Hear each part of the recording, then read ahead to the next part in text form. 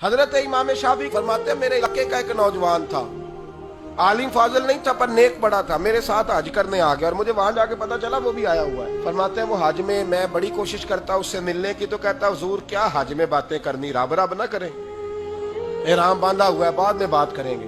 फरमाते हैं मौका ही ना देता, जवान था बड़ा परहेजगार। फरमाते हैं वो जब भी दुआ के लिए हाथ उठाता तो कहता या अल्लाह मुझे कब्र में भी नमाज की और कुरान की तौफीक देना।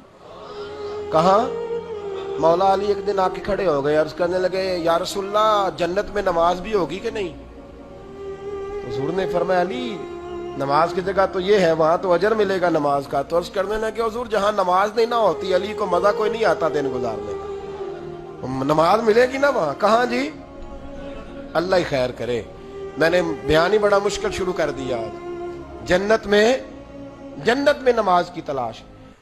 तो इमाम शाफई फरमाते हैं कि वो ना दुआ मांग रहा था, या अल्लाह कब्र में भी तौफीक देना। और मेरे काबू नहीं आता था, मैं बड़ी कोशिश करता जरा बैठे को बातचीत करूं, पर वो निकल जाता और अपनी इबादत में लग जाता।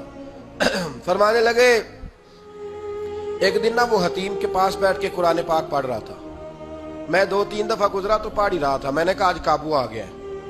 मैं उसके पीछे बैठ गया और मेरे दिल में ख्याल था कि जितना भी आज पढ़ेगा ना मैंने इसे 2-4 बातें करके ही जाना है। आप फरमाते भी मेरे दिल में ख्याल आया, उसने कुरान मजीद समेटा और मेरी तरफ देख के कहने लगा हुजूर मैं भी आपका इंतजार कर रहा था, आज मेरा भी दिल था आपसे मिलने। कहते मैं खुश हो गया, लेकिन उसने कमाल कर दी, जेब से चंद दिनार निकाले और कहने लगा हुजूर आज जोहर की नमाज के बाद ना मेरा इंतकाल हो जाएगा,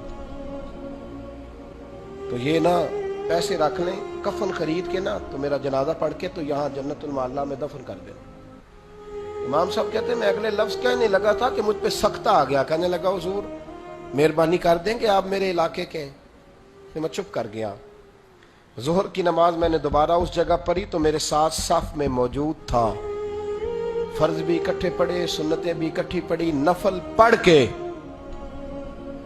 जब मैंने तवज्जो की तो वो जमीन पे लेटा हुआ था।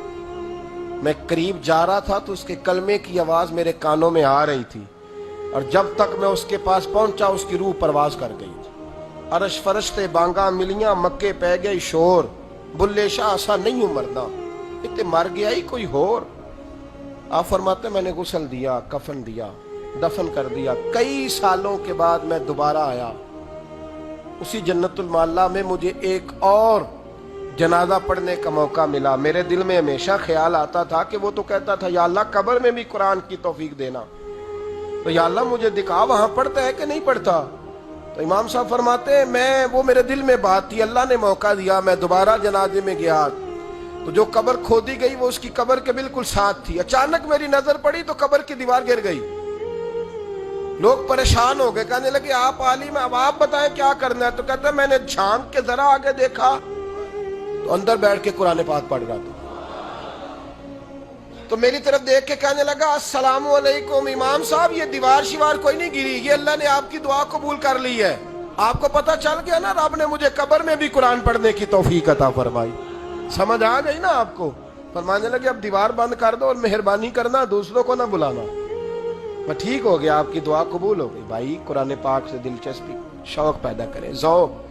यार कुछ ना हो सके तो इसे दिन में एक दफा चूम के सीने से तो लगाया करो, इसमें ही बड़ा जायका है, इसमें ही बड़ा लुत्फ है। कभी इससे प्यार तो करके देखो। ये अल्लाह की किताब है और इसका एक एक हरफ वो है जिसकी तशरीह मदीने के चांद ने बयान फरमाई।